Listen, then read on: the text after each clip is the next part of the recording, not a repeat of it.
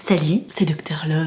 Oui, je suis de retour en tant que Dr Love avec mes ça veut dire quoi hashtag demandanade. J'ai essayé de faire un nouveau concept, le sasa, qui vous a plu, hein, bon vous étiez contents. Mais manifestement c'était le ça veut dire quoi hashtag demandanade qui revenait tout le temps, vous étiez là genre ah mais ça nous manque trop et tout. Ok, pas de problème, je reprends les enfants. Je ne pense pas non plus abandonner tout à fait le sasa, bien qu'il soit perpétuellement démonétisé. Mais c'est vrai que le ça veut dire quoi hashtag demandanade c'est quand même un peu le concept de cette chaîne YouTube, j'ai envie de te dire. Alors c'est parti, on redémarre. Et on démarre une autre histoire. Au cas où tu débarquerais ou tu serais nouveau ou nouvelle sur cette chaîne YouTube, je t'explique le concept du coup du ça veut dire quoi hashtag demandanade parce que tout le monde ne connaît pas forcément. Alors c'est très simple, je demande à mes abonnés de me raconter leurs histoires de cœur et moi j'essaie d'y répondre ici en vidéo. Alors bien sûr tu vas me demander, mais Nad, où est-ce qu'on t'envoie notre histoire d'amour? Parce qu'il y a un milliard de façons d'envoyer une histoire d'amour. Est-ce qu'on te téléphone? Est-ce qu'on t'envoie un mail? Est-ce qu'on t'envoie un courrier? Non, bien entendu, tu n'as qu'à me suivre sur Instagram, @nadrichard avec 2 H. Et lorsque je mets une story qui dit coucou, je suis en train de préparer un ça veut dire quoi hashtag demandanade, c'est à ce moment-là que tu peux venir m'envoyer un message privé. Tu me racontes ta petite histoire d'amour, tu m'expliques pourquoi ça te rend malheureux ou pourquoi ça te rend très heureux. Enfin généralement on va pas raconter ces histoires d'amour parce qu'il y a pas de problème, mais bon pourquoi pas. Tu termines ton histoire par hashtag demandanade et à ce moment-là, si tu as un petit peu de chance, je prendrai ton histoire et j'en parlerai dans cette vidéo. Petite nouveauté maintenant, lorsque je prends ton histoire, je te réponds sur Instagram et je te dis hello, j'ai pris ton histoire. Comme ça tu peux directement aller voir la petite vidéo. Tu vas voir, toutes les questions sont numérotées et c'est pas pour rien, c'est pour te permettre de réagir dans les commentaires. Que tu sois complètement d'accord avec moi et c'est une très bonne nouvelle, que tu sois pas du tout d'accord avec moi et c'est une moins bonne nouvelle, ou que t'aies juste une petite nuance à rajouter, n'hésite pas à venir le dire dans les commentaires. On est là pour discuter, pour argumenter, pour parler d'amour en fait, tout simplement. Tant que tu restes poli et bienveillant, moi ça me va, t'as tout à fait le droit de pas être d'accord avec moi. Tout ceci étant dit, je pense qu'on va pouvoir arrêter cette intro qui dure depuis 1 milliard d'années. Je vais aller baisser le store qui fait que j'ai une tache de soleil sur moi-même et nous allons commencer. Installe-toi confortablement, c'est parti. On démarre avec Gertrude qui est célibataire de naissance. Je trouve cette expression très très drôle. Elle n'arrive pas à trouver ne serait-ce qu'un crush, bichette. Je te lis tout de suite son histoire. Hello Nad, c'était pour te demander des conseils car je suis célibataire depuis la naissance. Là elle me met un bonhomme mort de rire. Bon, tant mieux, il faut bien le prendre, c'était pas grave. Et j'aimerais bien me trouver quelqu'un. Sauf que je cherche et je cherche et je cherche, mais je ne le trouve jamais. J'essaye d'être patiente, mais au bout d'un moment c'est vraiment long, vraiment très très long. Bref, tu l'as compris, j'aimerais bien trouver quelqu'un, mais je veux pas non plus me jeter sur le premier venu parce que je ne veux pas non plus être dégoûtée des relations. Je veux être sûre et me sentir bien. Sauf qu'au bout d'un moment, je commence à en avoir marre de chercher sans trouver. Donc je me dis, est-ce que le problème vient de moi ou pas? Que dois-je faire? PS, j'adore ton travail et même en étant célibataire, je regarde quand même toutes tes vidéos. Ça me fera un peu plus d'expérience en avance. Hashtag demandanade. T'es trop chou Gertrude. Alors, c'est très intéressant ce que tu me racontes parce que tu es loin d'être la seule. Je reçois beaucoup de messages de célibataires depuis la naissance, donc c'est-à-dire de gens qui n'ont juste pas eu ni de premier bisou, ni de première fois, ni de premier quoi que ce soit, de première relation en fait, tout simplement. Et j'en parlais dans ma vidéo précédente qui est sortie vendredi. C'est une vidéo qui s'appelle Coincé du cul. Alors moi je pensais que j'allais parler de cul dedans, mais en fait je parle complètement de confiance en soi et d'expérience. Et dans cette vidéo, j'explique que souvent lorsque tu n'as pas d'expérience, tu as peur de mal faire parce que fatalement comme tu ne sais pas faire, tu as peur de mal faire. Et généralement, tu as raison d'avoir peur de mal faire parce que étant donné que tu ne sais pas faire, tu vas mal le faire. Mais c'est normal, il s'agit d'apprendre les choses. Toi Gertrude, t'es dans une situation où non seulement tu n'as pas d'expérience, donc tu as aussi sans doute cette peur de mal faire, qui n'est pas mauvaise, hein, c'est pas grave, c'est normal, c'est un petit peu la pression, ça donne un peu d'excitation, en soi ce n'est pas grave. En fait là, ce qui se passe dans ta situation à toi, ma chère Gertrude, c'est que tu me dis oui, je cherche, mais je ne trouve jamais, mais, attention, je vais te citer, tu me dis, je veux pas non plus me jeter sur le premier venu, donc ça c'est une bonne chose, pour ne pas être dégoûté. Là j'ai envie de te dire, c'est pas non plus parce que tu te jettes sur le premier venu que tu vas être dégoûté, donc t'es peut-être un tout petit peu trop en alerte, et je veux être sûre de me sentir bien. Mais en fait, ma Gertrude, s'il y a quelque chose qu'il faut que tu comprennes bien, c'est que si tu veux être sûre que tu vas te sentir bien avec quelqu'un, tu n'as aucun autre moyen que d'essayer. Si tu regardes juste une personne en te disant non, je pense pas que je me sentirais bien avec cette personne, en fait, à aucun moment tu peux être sûre de ça parce que tant que tu n'as pas essayé, tu sais, il y a plein de gens où, pour le coup, je vais te parler de mon expérience, avec qui je suis sortie en me disant ouais, bon, de toute façon, ça marchera jamais, et au final, je suis restée 1 an avec cette personne. Alors tu me diras, à partir du moment où t'es resté 1 an avec juste une personne, bah, ça veut dire que de toute façon, vous étiez pas fait pour être ensemble puisque ça s'est séparé, mais en même temps, c'est pas parce que tu te retrouves face à quelqu'un qui n'est pas forcément l'homme ou la femme de ta vie qu'il faut pas avoir une histoire avec. Il y a un moment, c'est aussi intéressant de se créer une expérience et de passer du temps avec quelqu'un. Et d'ailleurs, moi je suis convaincue que c'est cool de sortir avec des gens qui ne sont pas les bonnes personnes avant de trouver la bonne personne, parce que le fait de sortir avec ces personnes-là avant, ça te permet de te rendre compte, une fois que t'as rencontré la bonne personne, que ouais, cette bonne personne-là, elle a pas les défauts de X, de Y et de Z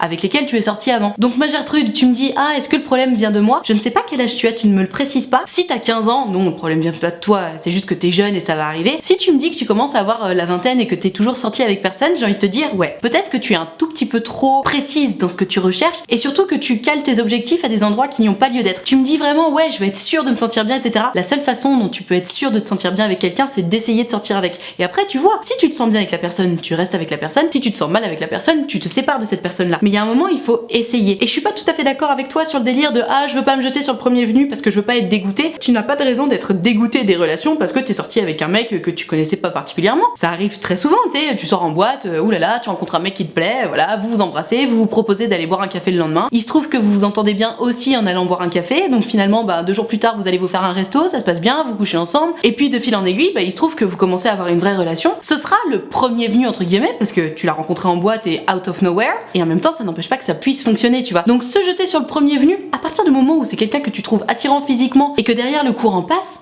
on s'en fout que ce soit le premier venu ou que ça fasse 1000 ans que tu sois à fond dessus. Ça ne change absolument rien. Ce qui est important, c'est de tester, c'est de se laisser tenter et de se laisser vivre des choses avec la personne pour voir si on est compatible ou non. Tu sais, il y a beaucoup de gens qui disent ah, je l'ai rencontré sur internet, on sort ensemble mais on s'est jamais rencontré. Ok, pas de problème avec ça. Apparemment, c'est très actuel en ce moment, notamment chez les gamers ou chez ceux qui sont très à distance, ils peuvent pas se voir, ils sortent ensemble, pas de problème. Mais pour moi, de toute évidence, si tu veux savoir si tu es bien avec quelqu'un, ce n'est pas à distance ou par téléphone ou par Skype que tu te rends compte que tu es bien avec la personne. Non, pour moi, clairement, si tu veux savoir si tu es bien avec une personne, il faut passer du temps avec cette personne au quotidien. Il faut passer un week-end, une semaine de vacances. Tu sais, un moment assez long, suffisamment long pour qu'il puisse y avoir quelques engueulades, parce que oui, ça fait partie du jeu. Et oui, la teinte de la vidéo vient de changer parce que le soleil est en train de se coucher. Enfin, pas de se coucher, mais t'as compris, il y a des nuages, quoi. Merci le mois de novembre. Et à partir du moment où t'as passé une période de temps suffisamment longue, type un week-end ou plusieurs week-ends ou une semaine de vacances ou 2 semaines de vacances avec la personne et que même s'il y a eu des engueulades, ce qui est tout à fait normal dans un couple, vous continuez de vous sentir bien en osmose et dans un bon équilibre, là, on peut dire que ouais, t'es bien avec la personne. Donc ma chère Gertrude, tu l'auras compris, est-ce que le problème vient de toi? Je ne sais pas à quel point tu es minutieuse dans tes choix de garçons avec qui sortir. Peut-être que tu devrais l'être un tout petit peu moins au départ pour justement pouvoir tester un petit peu et ensuite voir et décider surtout si tu restes avec cette personne-là ou pas. Je pense que de cette façon, tu seras beaucoup moins malheureuse et qu'il y aura beaucoup plus d'activité dans ta vie et ça te rendra drôlement contente.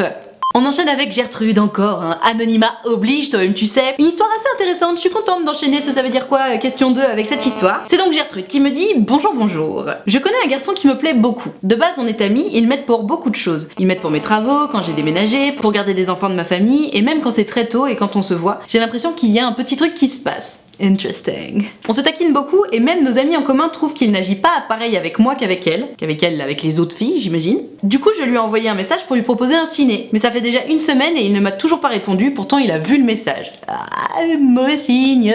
Tout en sachant qu'il a déjà fait le coup de voir mes SMS sans y répondre. Encore plus mauvais signe. Honnêtement, je sais plus quoi penser. PS, il est plus âgé que moi et il me répète souvent qu'il me trouve mince et que lui est assez portant, etc. Hashtag demande à Nad. Mais de quoi il se mêle celui-là? Enfin, t'es mince, t'es grosse, t'es maigre, t'es grande, j'en sais rien, mais ça le regarde pas, c'est pas son problème en fait. Tu es comme tu es, il a pas de jugement à émettre là-dessus. C'est qui ce mec? Bon, bref. Ok, ma Gertrude, si je résume, en gros, bon, ton Alphonse, ok, il te fait un peu de l'œil quand tu le vois, mais quand tu lui envoies un texto, il te répond pas. Et en fait, il y a un truc qu'il faut bien comprendre dans la vie, c'est que quoi qu'il se passe avec n'importe qui, un homme ou une femme qui est intéressé par un autre homme ou par une autre femme, à partir du moment où il y a une porte ouverte, il ou elle fonce dedans. C'est-à-dire que, imaginons ton Alphonse, il est intéressé par toi. Tu lui envoies un message, il te répond directement. Et même mieux, s'il est vraiment intéressé par toi, spontanément, il va t'envoyer des messages. Parce que quelqu'un qui est intéressé par toi, même s'il ou elle est très timide, il ou elle va tenter des moves vers toi. Parce que quand t'es intéressé par quelqu'un, qu'est-ce que tu fais? T'essaies de le voir, t'essaies de converser avec cette personne, t'essaies d'échanger des choses, des souvenirs, des moments ensemble. Là, ton Alphonse, t'es en train de me dire que bon, ok, il te fait des œillades quand tu le vois, mais non seulement il critique ton physique, et ça franchement, moi ça me plaît pas du tout. Parce que admettons, même s'il était intéressé par toi et il critiquerait ton physique, ça veut dire quoi? Ça veut dire que quand vous allez sortir ensemble, il va se passer quoi? Il va te faire te sentir moche et pas assez bien pour lui. Mais en fait, en toute honnêteté, que tu sois mince, maigre, beaucoup trop maigre, ou un peu enrobée, ou grosse, ou vraiment très grosse, déjà c'est une question de point de vue, et ensuite, ce n'est pas son problème. Les gens n'ont qu'à te prendre tel que tu es. Personne n'a à juger ton physique. Imagine, ça fait 3 mois que vous sortez ensemble, ça fait 3 mois qu'il te répète tous les jours que t'es trop maigre. Mais à quel moment tu vas te sentir belle en fait? C'est le mec avec qui t'es censé sortir et il critique ton physique. Mais quel enfer! On est dans une société complètement dirigée par l'image et par l'idée du corps parfait, etc. Notamment avec Instagram et toutes ces conneries. Et lui, il dit que t'es trop maigre. Déjà,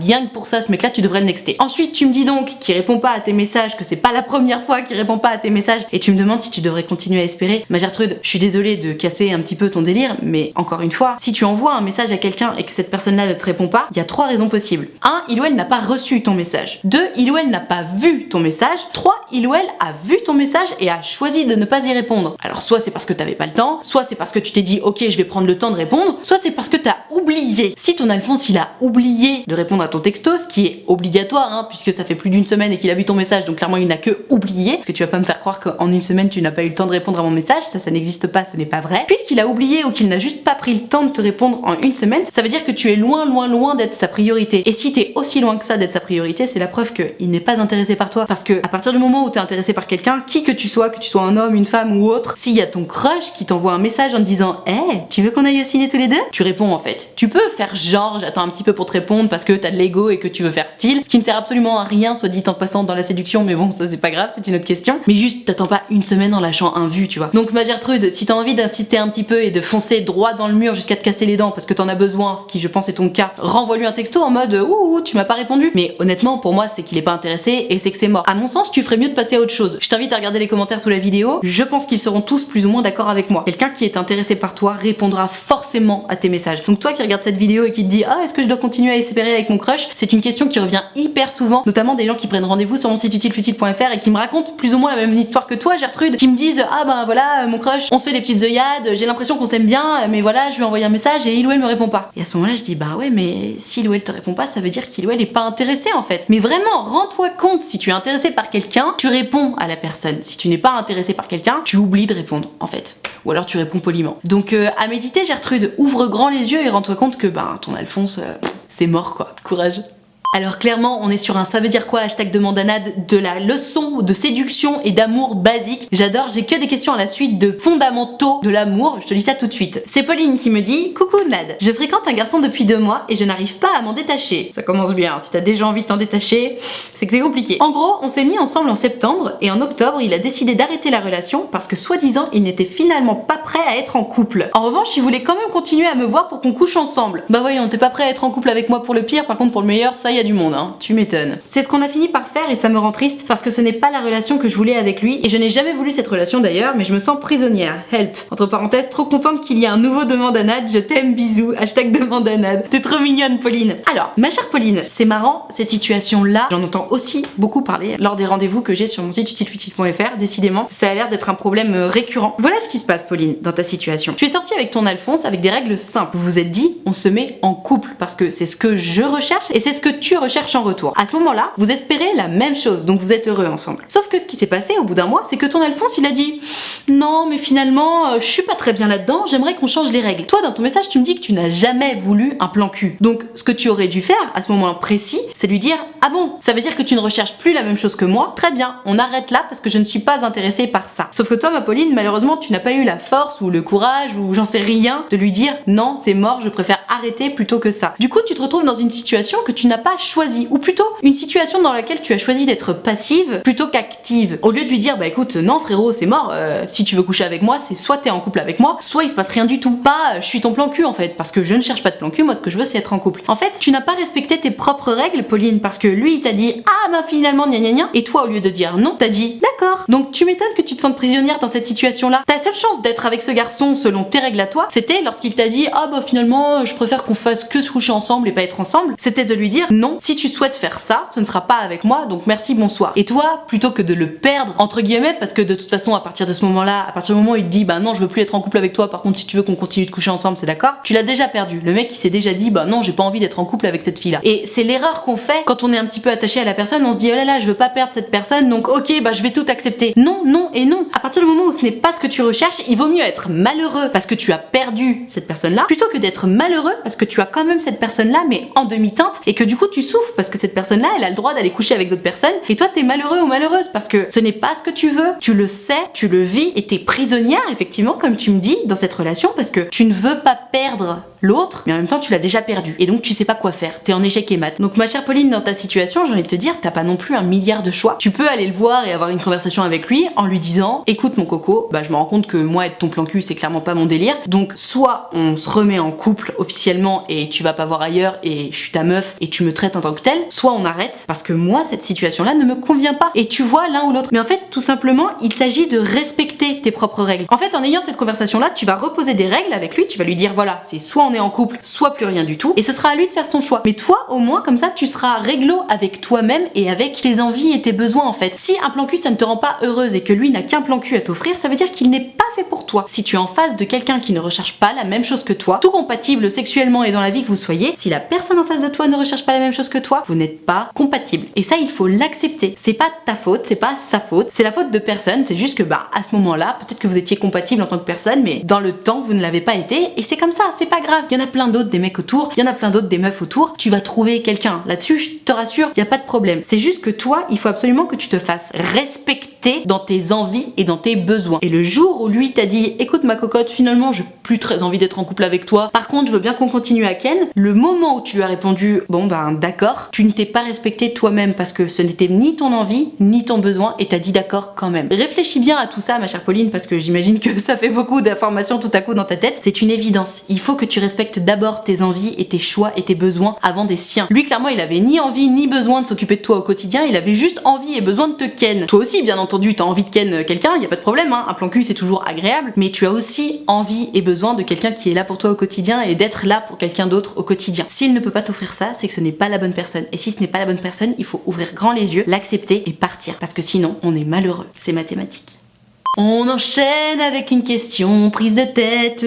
C'est Shana qui me raconte Cher Nad, j'aurais vraiment aimé ne pas avoir à t'écrire aujourd'hui, mais bon, j'espère que tu pourras m'éclairer. Ça fait bientôt 3 ans que je suis avec mon copain. Je l'aime de tout mon cœur, mais voilà. Depuis quelques mois, on n'est plus sur la même longueur d'onde. J'ai envie d'avoir une relation plus ouverte, j'ai 20 ans et avant lui, je n'ai rien connu. Pas d'amourette de vacances, pas de flirt, rien d'autre. On va dire que je ne plaisais pas beaucoup étant jeune. Bref, tout ça pour te dire que je suis vraiment coincée. J'aime mon copain de tout mon cœur, je veux pas me séparer de lui, mais pour lui, c'est impossible d'être dans une relation plus ouverte. Pendant des mois, j'ai essayé de me persuader que c'était qu'une phase et j'espère encore que ça va me passer, mais j'en ai pas l'impression. Est-ce que tu as des conseils? Je suis totalement perdue. Quand je vais en soirée, j'apprécie vraiment de me faire draguer, j'aimerais même pouvoir le faire en retour, sauf que c'est impossible par respect par mon copain. C'est bien, t'as raison, c'est déjà ça. J'ai le copain parfait et je ne veux pas le perdre, c'est avec lui que je veux continuer mon petit bout de vie, mais je suis frustrée. Est-ce que tu penses que ça va me passer? Merci d'avoir tout lu, #demande à Nad. Après, elle m'a renvoyé un tout petit bout de message. Je croise trop les doigts pour passer dans le prochain demande à Nad. Depuis que je t'ai envoyé le message, y a rien qui va, c'est la cata, j'ai besoin de toi Nad. Bon courage pour le tournage.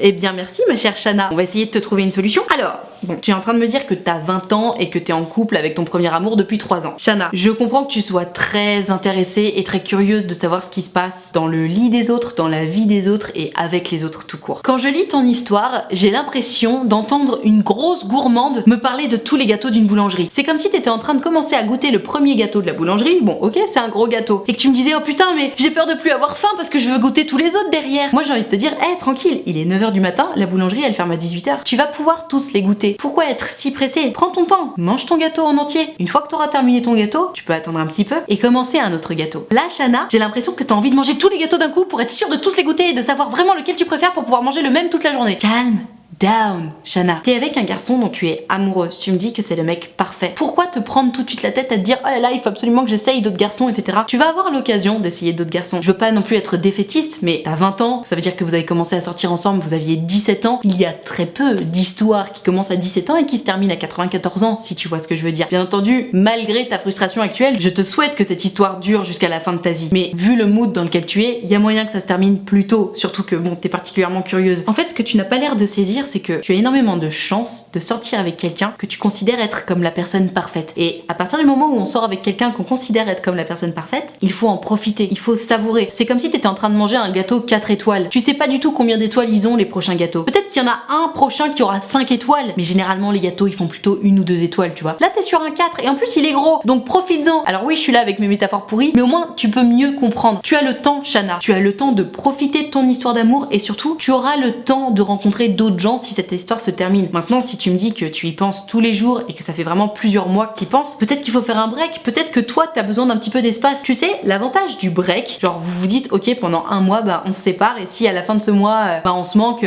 on voit ce qu'on fait. En fait, le break, ça permet de mettre un électrochoc positif ou négatif, mais un électrochoc. C'est-à-dire que vous vous séparez un mois, il y a 2 possibilités. Soit tu te dis oh bah je suis pas mal comme ça, ouais je me sens bien. Soit tu te dis oh putain mon amour mais tu me manques, mais j'ai peur de te perdre, non viens on arrête le break. Il n'existe que ces deux solutions-là. Si tu as besoin d'être sûr de toi, tente ça, j'ai envie de te dire. Bon, il y a aussi des gens qui détestent les breaks et je les comprends parce que ça fait quand même du mal. C'est difficile à vivre en fait, un break normal. T'es plus ou moins en rupture par rupture, c'est chiant. Maintenant, bon bah si tu me dis que t'as 20 ans, que t'as les hormones en feu et que t'as envie d'aller papillonner de partout, vas-y. Le plus gros risque à jouer à ça, c'est que t'ailles papillonner, que tu essayes un autre gâteau, puis un autre gâteau, puis un autre gâteau, puis un autre gâteau, et que tu te rends compte qu'en fait, le meilleur gâteau, c'était celui que t'avais au début. Je vais encore sortir une merveilleuse phrase Instagram, mais le mieux, c'est l'ennemi du bien. C'est-à-dire que quand t'as quelque chose où t'es bien, où t'es heureuse, où t'as ce qu'il te faut, et que tu te dis, oh tiens, peut-être qu'il y a mieux ailleurs. C'est l'histoire de la chèvre de Monsieur Seguin. Oh tiens, peut-être qu'il y a mieux ailleurs, et hop, tu te fais bouffer par le loup. T'as le seum. Donc Shana, réfléchis bien. Regarde les commentaires sous cette vidéo. Peut-être qu'il y a des gens qui te donneront des petites astuces pour réfléchir encore plus profondément à ta situation. Mais ce qui est sûr, c'est que t'es comme une enfant pourri gâtée qui en a marre d'être pourri gâtée, là, actuellement. Parce que tu sors avec un mec que tu considères comme parfait, et tu te dis, ah tiens, j'irais bien voir ce qui se passe ailleurs. À toi de voir si tu te sens aussi les épaules d'assumer ce choix-là, au cas où tu serais particulièrement déçu. Parce que tu as toutes les chances d'être déçu, et tu as toutes les chances de trouver quelqu'un d'autre que de plus intéressant ou au moins de différent. Peut-être que tu as besoin de différence, peut-être que malgré le fait que tu me dises que tu l'aimes, etc.,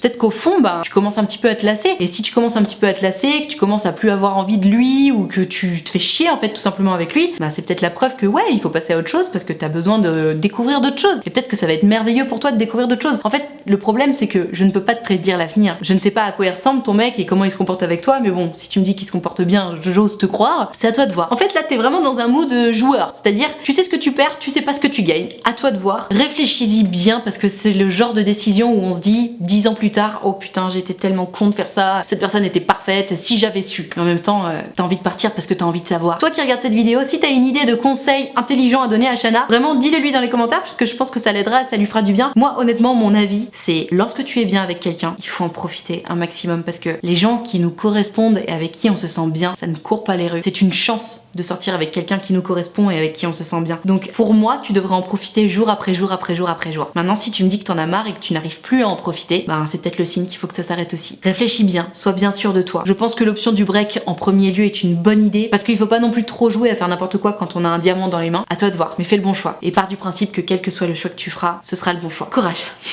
Voilà, je vais m'arrêter là pour ce ça veut dire quoi hashtag #demandeanad numéro je ne sais même pas combien parce que je suis pas allée checker sur ma chaîne YouTube au combienième on est. J'espère que ça t'a fait plaisir de retrouver ce petit concept sur ma chaîne. En tout cas, moi ça m'a fait toujours autant plaisir de tourner cette vidéo. Et d'ailleurs, vous avez été hyper nombreux à m'envoyer vos histoires. Désolée pour tous celles et ceux dont je n'ai pas pris l'histoire, ce sera pour la prochaine fois. Et si jamais t'es trop pressé, n'hésite pas à venir prendre rendez-vous sur mon site utilefutile.fr. Si cette vidéo t'a plu, si elle t'a intéressé, si elle t'a fait marrer, si elle t'a appris des choses, mets-moi le pouce bleu s'il te plaît. Fais-le vraiment pour de vrai, ça me permet de savoir que tu aimes mon travail. Et puis surtout ça m'envoie un petit soutien, ça me fait vraiment plaisir, donc n'hésite pas, pouce bleu right now, right here. Tu peux aussi t'abonner à cette chaîne YouTube, c'est hyper important, on est bientôt 200 000, j'ai hâte. Faisons en sorte que cette chaîne dépasse les 200 000 abonnés avant 2020 quand même, s'il vous plaît. Donc parle-en à ta copine, à ta soeur, à ta tante, à ton cousin, n'importe. Mais faisons en sorte que cette chaîne dépasse les 200 000 abonnés avant 2020, je serais drôlement contente. Comme je disais en début de vidéo, si tu veux pouvoir participer aux prochaines vidéos en me racontant ton histoire, c'est sur Instagram que ça se passe, donc tu n'as qu'à venir me suivre. Tu verras, comme je disais, je fais toujours des stories dans lesquelles je précise quelle vidéo je suis en train de préparer et c'est à ce moment-là qu'il faut m'envoyer ton histoire. Et si jamais t'es vraiment trop pressé, pareil comme je disais dans la vidéo, tu peux venir prendre rendez-vous sur mon site utilefutile.fr. J'ai créé une plateforme sur laquelle tu peux prendre rendez-vous avec moi. Donc les rendez-vous sont de soit 20 minutes, soit 45 minutes, soit plus si t'as envie d'en prendre deux à la suite, pas de problème. Tu peux me raconter ton histoire à l'écrit, au téléphone ou en visio. Je te laisse checker ça, il y a tous mes créneaux horaires disponibles sur le site, il y a un petit agenda, tout ça. Donc pour les pressés ou pour ceux qui sont un peu perdus ou pour ceux qui ont envie d'un petit peu d'intimité, n'hésite pas à venir prendre rendez-vous, ça se passe toujours hyper bien et c'est toujours un bonheur de vous avoir à l'écrit, au téléphone ou en visio. Même si honnêtement je préfère quand même les rendez-vous au téléphone ou en visio parce que ça permet d'avoir un vrai échange alors qu'à l'écrit c'est un tout petit peu plus long. Mais bon, il en faut pour toutes les bourses, je te laisse checker ça. Je profite de la fin de cette vidéo pour te rappeler que l'option de souscription payante à ma chaîne YouTube est activée, ce sont les abonnés de Diamant. On a un groupe Facebook dans lequel on discute tous ensemble, je fais régulièrement des lives Facebook exclusifs pour les abonnés de Diamant. Quand ils ont une petite question rapidos à me poser, ils m'envoient un message privé parce qu'on est tous amis sur Facebook. Alors ça m'arrive de mettre un petit peu de temps à répondre, mais bon,